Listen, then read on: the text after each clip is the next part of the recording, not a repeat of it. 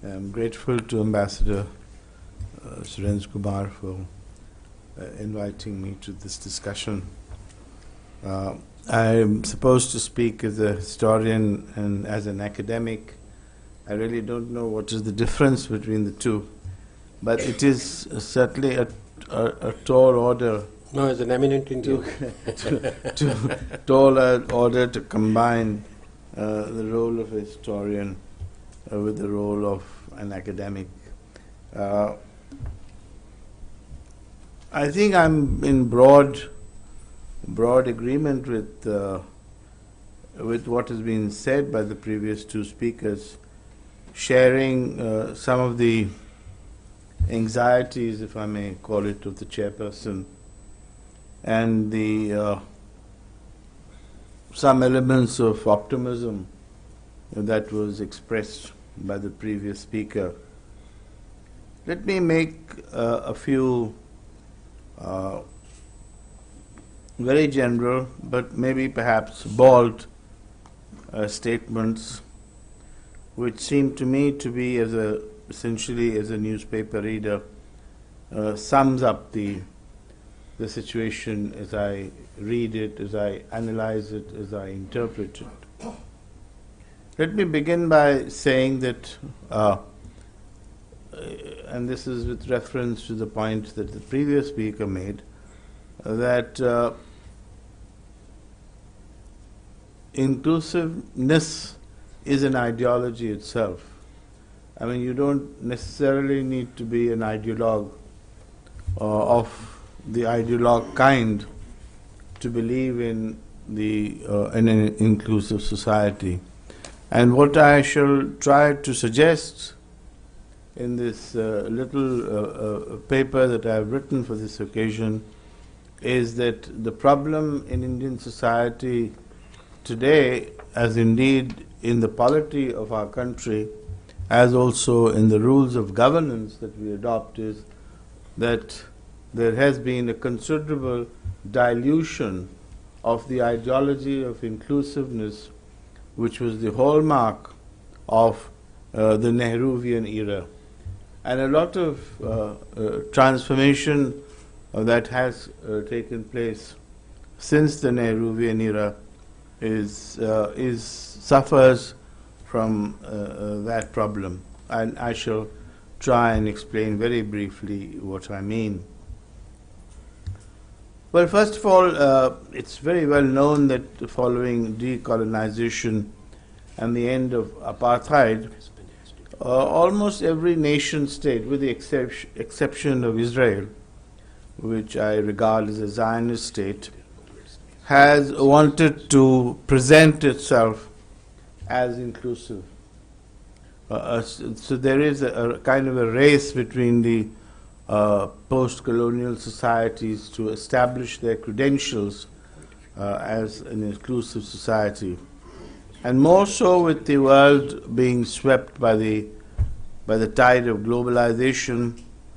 Today the idea behind inclusiveness carries the same value as the concept of democracy in, say, shall we say, the former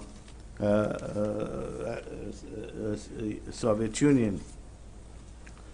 The impulse behind the realization of an inclusive goal is not new, and I think it's very important to emphasize this point because its contours are shaped by socialism, by the value of enlightenment, and by theories of pluralism or plurality.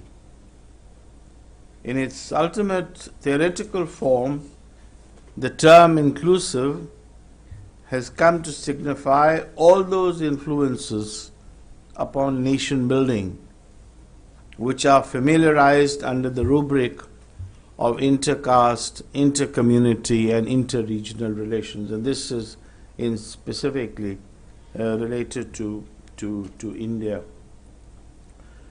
Now, in our own country, and more so interregional relations, more particularly the relationship with the significant other.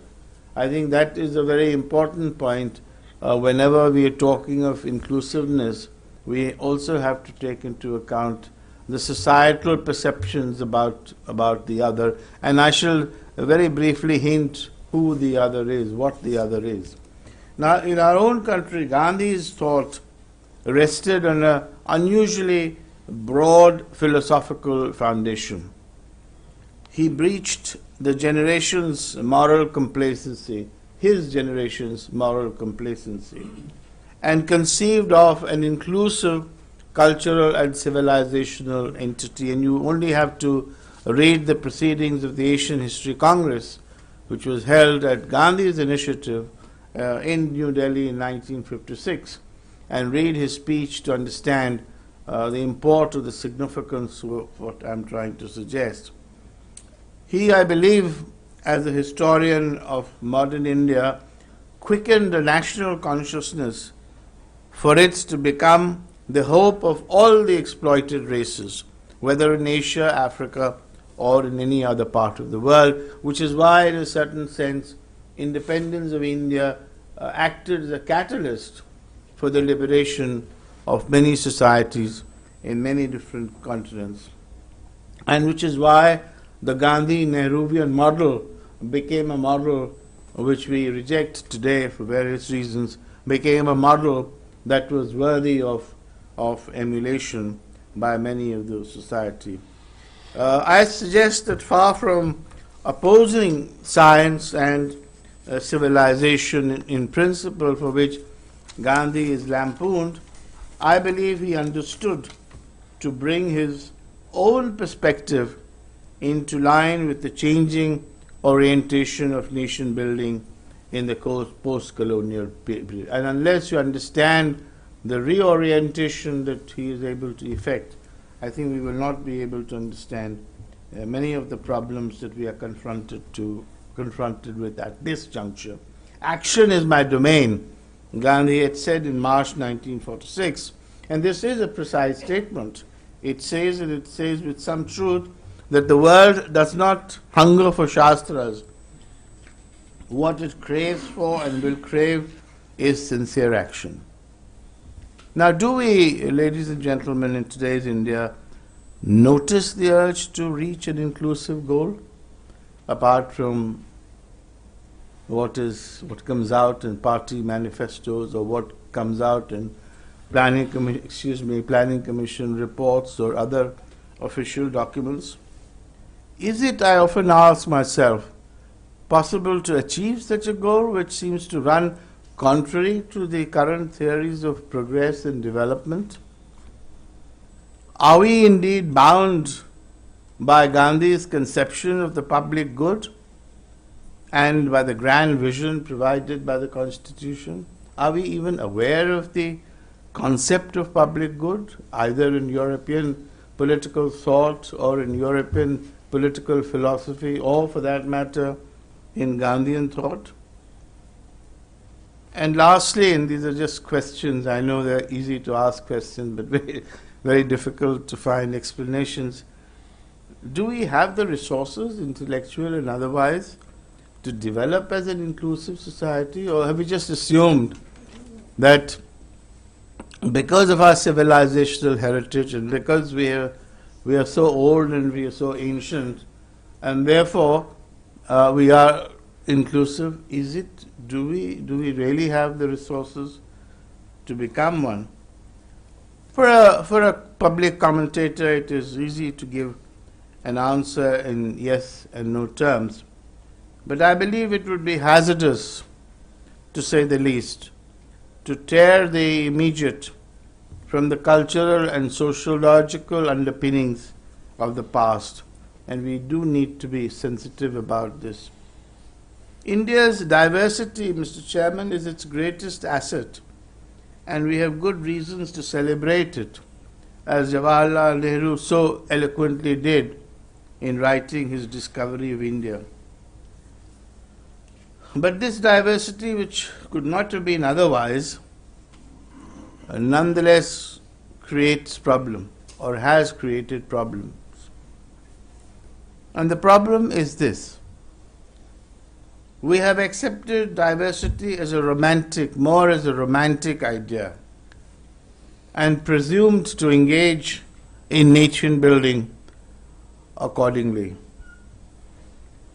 But historically speaking, we have not been able to reconcile, and I say this as a student of history, to reconcile diversity with the primordial loyalties that are strong, established, and very well entrenched. We may assume that caste and communitarian identities will disappear, or that was the assumption when the Constitution was being debated in the Constituent Assembly. But there is very little evidence to suggest that that process has in any significant way gathered momentum. The partition of India took place not very long ago. The anti-Sikh riots occurred only a few decades ago. So did the demolition of Babri Masjid in broad daylight and the genocide of Muslims in Gujarat, modern Gujarat, the Gujarat that everybody hails for its economic progress. Whatever may be the interpretation of these events, and there will be numerous, the fact of the matter is that these events, whenever they may occur in India or in any other part of the world, must and will always cast a shadow on the goal to achieving an inclusive society. The Constitution laid the foundations of an inclusive society, and there is no doubt about it. But the policies that developed in the 50s and 60s and the rules of governance that were adopted failed to translate the idea into a reality. Gandhi had in fact anticipated this. In fact, he had done so way back in the years 1937-39 when the Congress ministries were formed in certain provinces of India. Nehru too bemoaned the lack of commitment to the principles of justice and equity, but could do little to cleanse his party of feudal and semi-feudal elements. So that while groups and social classes have been empowered, and for this the visionary vision of our politicians and bureaucrats needs to be commended, many others nurse serious discontent, lacking in a deeper understanding of the term relationship. The people of Jammu and Kashmir, the northeast, the tribals, and the minorities. The chairman has already mentioned some of these groups. It may take decades for the gap to be bridged. Meanwhile, insurgency will grow, peasant tribal disaffection will rise, and the minorities will continue to stew in their own juice. Does anybody want to bridge the gap? Or is it just a theoretical endorsement of an idea which has universal appeal? I don't think so. Certainly not if one takes several examples, and I will only give you one example, the implementation of the Sachar Commission report. Politicians, it seems to me, are haunted by the fear that certain small benefits would result in a Hindu backlash, a totally imaginary fear that has been cultivated to postpone the inevitable. Muslims are poor and impoverished. They require affirmative action. They require reservations. What does this signify? That I should cut short my change of colors of the roses? No, yellow means you have covered 13 minutes, red means you have covered 15 minutes. Really? This No. is No, I'm about to finish, so no more roses for me. Professor, there is something called flower power here. Yeah. They require reservations and they need security. They need preservation of their cultural identity which has sadly been weakened, if not destroyed, by the treatment meted out to Urdu. Our society is going through a major transformation that has brought huge revolts to the people. But what about the growing cultural gap between the urban elites and the rural poor? What about the cleavage created by elite institutions, the IIMs and the IITs? What about the differential access to health facilities, drinking water and sanitation? Again, the chairman has talked about it. Ghalib had written in the 19th century, Rang laegi hamari faaqa masti ek din. Sadly, after more than a century, this dream has not been fulfilled. We have a federal arrangement, but are the two states of India, Karnataka and Tamil Nadu, willing to share their waters? No, they are not. We've had a national movement, but the concept of plural nationhood, which has to be the bedrock of any inclusive society, has not been sufficiently developed. Our nationhood was fractured, just as it is fractured now. Planning is for the rich and the powerful to get connected with the globalized world dominated by US imperialism, and not to uplift the most backward regions of India. There are funds available for creating chairs in Chicago, Oxford, and other wealthy institutions which have at any rate inherited huge amounts of wealth from their invasion and from their colonies.